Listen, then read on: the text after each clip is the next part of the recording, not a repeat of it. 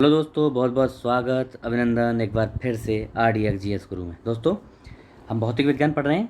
उसमें एक नया लेक्चर आज शुरू करेंगे। ध्वनि क्या पढ़ेंगे? ध्वनि, साउंड। चलो बिना समय गवाए शुरू करते हैं। ध्वनि, साउंड। तो ध्वनि ऊर्जा का वह रूप है जो श्रवण यानी सुनने की संवेदना पैदा करती है। ध्वनि तरंगों के रूप में गमन करती है यानी चलती है।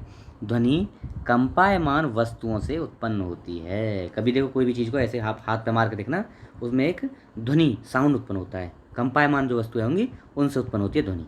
अच्छा, पदार्थ जिसमें होकर ध्वनि गमन करती है उसे माध्यम कहते हैं। उस ध्वनि का माध्यम कहलाता है। ध्वनि तरंगें यांत्रिक तरंगें कहलाती हैं, है ना, मैकेनिकल वेव्स कहलाती हैं, क्योंकि इनके संचरण के लिए द्रव्यात्मक माध्यम यानी ठोस, द्रव और गैस इनकी आवश्यकता होती है। मैकेनिकल यांत्रिक तरंगें कहलाती हैं। ठीक है, ध्वनि की चाल समझ लेते हैं। ध्वनि की चाल उस माध्यम की प्रकृति पर निर्भर करती है जिसमें होकर वह गमन करती है। ध्वनि की चाल भिन्न भिन्न माध्यमों में क्या होती है? भिन्न भिन्न होती है। भिन्न भिन्न माध्यमों में भिन्न भिन्न होती है। गैसों में ध्वनि की चाल अत्यंत धीमी, द्रवों में तीव्र गति से और ठोसों में तीव्रतम गति से, मतलब सबसे ज़्यादा ठोस में, उसके बाद द्रव में और सबसे कम गैसों में होती है ध्वनि की चाल। ध्वनि निर्वात में गमन नहीं कर सकती है। निर्वात में जहाँ हवा नहीं है वहाँ पे नहीं चल सकती है। ध्वनि वायु की अपेक्षा स्टील में 15 गुना तीव्र गति से चलती है, 15 गुना तेज गति से चलती है। ध्वनि की चाल तापमान पर भी निर्भर करती है। जैसे जैसे वायु का तापमान बढ़ता है ध्वनि की चाल भी बढ़ती जाती है। वायु में ध्वनि की चाल ठंडे दिनों की अपेक्षा गर्म दिनों में अधिक होती है। इसका मतलब यही तो हुआ। ठीक है, ध्वनि की चाल वायु की आर्द्रता यानी जो ह्यूमिडिटी होती है उस पर भी निर्भर करती है। जैसे जैसे आर्द्रता बढ़ती जाती है उसमें ध्वनि की चाल क्या होती है? बढ़ती जाती है। स्पष्ट है कि ध्वनि की चाल शुष्क वायु में धीमी गति से, शुष्क वायु में धीमी और आर्द्र वायु में तीव्र गति से गमन करती है ध्वनि। ठीक है जी। अब देखो विभिन्न माध्यम में ध्वनि की चाल, विभिन्न माध्यमों में ध्वनि किस स्पीड से चलती है देख लेते हैं।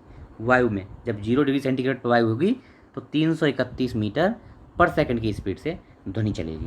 अगर वायु है लेकिन उसका टेम्परेचर 22 डिग्री सेंटीग्रेड कर दिया जाए तो चाल 344 मीटर पर सेकंड हो जाएगी। वहीं हाइड्रोजन 25 डिग्री सेंटीग्रेड पर है तो कितनी? 1284। हाइड्रोजन भैया देखो 1284 मीटर पर सेकंड हो जाएगी। समुद्री जल में 25 डिग्री सेंटीग्रेड पर समुद्री जल में कितनी हो जाएगी? 1531। मतलब देखो समुद्री जल में इससे ज़्यादा हो जाएगी, है ना, हाइड्रोजन से, तो 1531 मीटर पर सेकंड हो जाएगी। एल्यूमिनियम में 25 डिग्री सेंटीग्रेड पर तो ये 6420 मीटर, एल्यूमिनियम में 6420 मीटर पर सेकंड हो जाएगी। किसमें? एल्यूमिनियम में।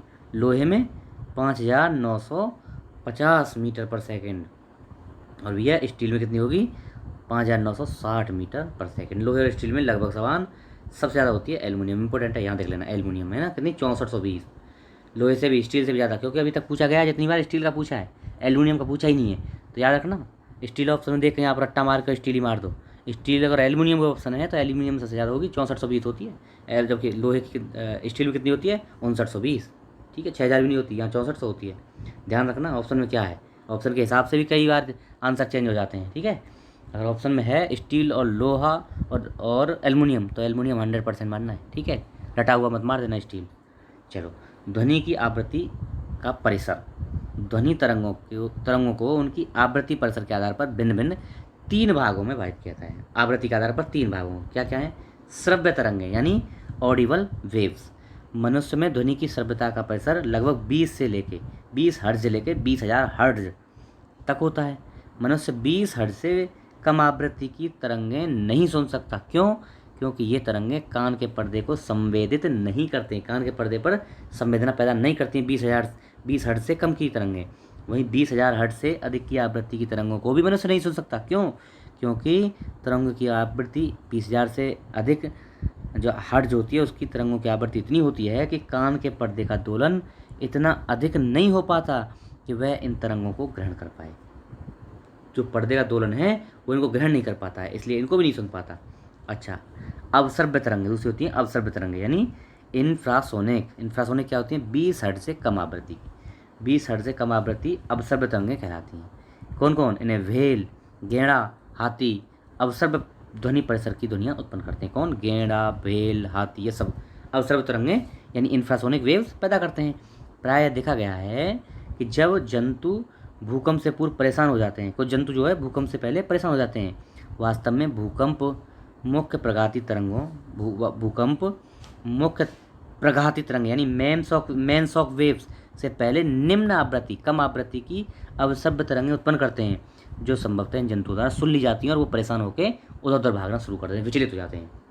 अवसभ्य तरंगें पैदा होती हैं उससे पहले, भूकंप से पहले। ठीक है, अगला है परासर्भ तरंगें यानी अल्ट्रासोनिक वेव्स। 20,000 हर्ट्ज या 20 किलो हर्ट्ज से अधिक आवृत्ति की तरंगों को परासर्भ ध्वनि या पराध्वनि कहते हैं। कौन कौन उत्पन्न करते हैं इसको? डॉल्फिन, चमगादड़ जैसे जंतु जो हैं पराध्वनि को उत्पन्न करते हैं, यानी अल्ट्रासोनिक वेव को ये डॉल्फिन है, चमगादड़ है, ये पैदा करते हैं। ठीक है, अच्छा, पराध्वनि के अनुप्रयोग सुन लेते हैं कुछ। पराध्वनि उच्च आवृत्ति की तरंगें हैं, ये अवरोधों की उपस्थिति में भी एक निश्चित पथ पर गमन कर सकती हैं। अवरोध आ जाएगा तो भी। अच्छा, उद्योगों तथा चिकित्सा के क्षेत्र में पराध्वनियों का व्यापक उपयोग हो रहा है आजकल, बहुत उपयोग हो रहा है। पराध्वनि को हृदय के विभिन्न भागों में परावर्तित कर हृदय का प्रतिबिंब बनाया जाता है। इस तकनीक क्या बोलते हैं?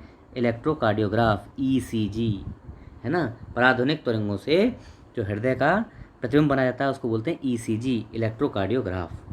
पराध्वनि का उपयोग गुर्दे की पथरी को बारीक कणों में तोड़ने के लिए भी किया जाता है। ये कण बाद में मूत्र के रास्ते बाहर निकल जाते हैं ना, मतलब इन ध्वनियों से पथरी को भी तोड़ देते हैं उसको। अच्छा, अगला बोलते हैं सोनार। सोनार क्या है भैया?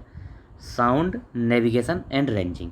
एक ऐसी युक्ति है जिसमें जल में स्थित पिंडों की दूरी, दिशा और चाल मापने के लिए पराध्वनिक तरंगों का उपयोग किया जाता है। किसके? सोनार। सोनार में अल्ट्रासोनिक वेव का यूज होता है और ये जल में किसी वस्तु की दूरी, दिशा या उसकी चाल क्या है, ये सब पता करने के लिए सोनार का यूज होता है। मात्रक क्या है जी? किसका? ध्वनि का।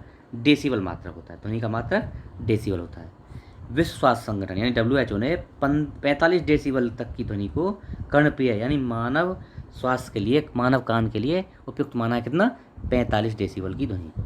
ठीक है जी, कभी कभी 60 भी आता है तो 45 एवरेज है। 45 आंसर में हो तो 100% 45 लगा देना। ठीक है, अच्छा, किसी परावर्तक वस्तु जैसे किसी इमारत अथवा किसी पहाड़ के निकट जोर से चिल्लाने, ताली बजाने पर कुछ समय पश्चात वही ध्वनि हमें फिर से सुनाई देती है। पुनः सुनाई देने वाली ध्वनि को क्या बोलते हैं? प्रतिध्वनि। हम प्रतिध्वनि पढ़ रहे हैं। हम प्रतिध्वनि क्या है? जैसे हम यहाँ से चिल्लाए किसी दीवार से, पहाड़ से, इस तरह टकरा के और वही हमको ध्वनि फिर से सुनाई देती है, उसको प्रतिध्वनि बोलते हैं ना, उसको प्रतिध्वनि बोलते हैं। हमारे मस्तिष्क में ध्वनि की संवेदना 0.1 सेकेंड मतलब 1.1 सेकेंड तक बनी रहती है। अतः स्पष्ट है कि प्रतिध्वनि सुनने के लिए मूल ध्वनि और परावर्त ध्वनि के बीच कम से कम 0.1 यानी 0.1 सेकेंड का समय अंतराल होना चाहिए। जो हम बोल रहे हैं और जिस ध्वनि को हम सुन रहे हैं उसमें अगर 0.1 सेकेंड का अंतर है तो हम सुन लेंगे, अगर उससे कम अंतर है तो भैया नहीं सुनेंगे। इससे ज़्यादा है तो सुनेंगे, लेकिन इससे कम का अगर समय है, यानी इतनी नज़दीक से बात बोली जा रही है, देखे होंगे कभी प्रतिध्वनि जो आएगी ना, जो ध्वनि लौट कर आएगी वो थोड़ी दूर से ही आती है। क्यों? क्योंकि उसको 0.1 सेकेंड का समय चाहिए प्रतिध्वनि को सुनने के लिए। अगर तुरंत प्रतिध्वनि वापस आएगी तो हम नहीं सुन पाएंगे, हमारे कान उसको पकड़ नहीं पाते। ये हो गया हमारा लेक्चर कंप्लीट, ध्वनि का साउंड कंप्लीट, और हमारा आज का लेक्चर कंप्लीट। अगर नए हैं आप चैनल पे तो सब्सक्राइब कर लीजिए, लोगों को बताइए, शेयर करिए, है ना, थोड़ा सा सब्सक्राइब बढ़वाइए। और मैं आपको बेहतर से बेहतर देने के लिए पूरा हर संभव प्रयास कर रहा हूँ। अभी मैं बस 2-3 लेक्चर में ये कंप्लीट करूँगा, उसके बाद क्वेश्चन लगवाऊँगा। ठीक है, आप लोग बस थोड़ा सा हेल्प करिए मेरी है। हाँ, मैं आपको कहीं भी किसी भी रास्ते में छोड़ूंगा नहीं, और 100% सिलेक्शन तक, जब तक सिलेक्शन नहीं होगा तब तक आपको आपके साथ में लगे रहेंगे। ठीक है, मैं अपना कैसे कैसे समय निकाल रहा हूँ मुझे पता है, मैं आपके लिए बड़ा मैनेज करके समय निकाल रहा हूँ, लेकिन आप थोड़ा सा हेल्प करिए, मेरे बारे में नहीं सोचिए। ओके, स्वार्थी मत रहिए, अपने अपने देखना नहीं है, हेल्प भी करना है। Okay, thank you so much.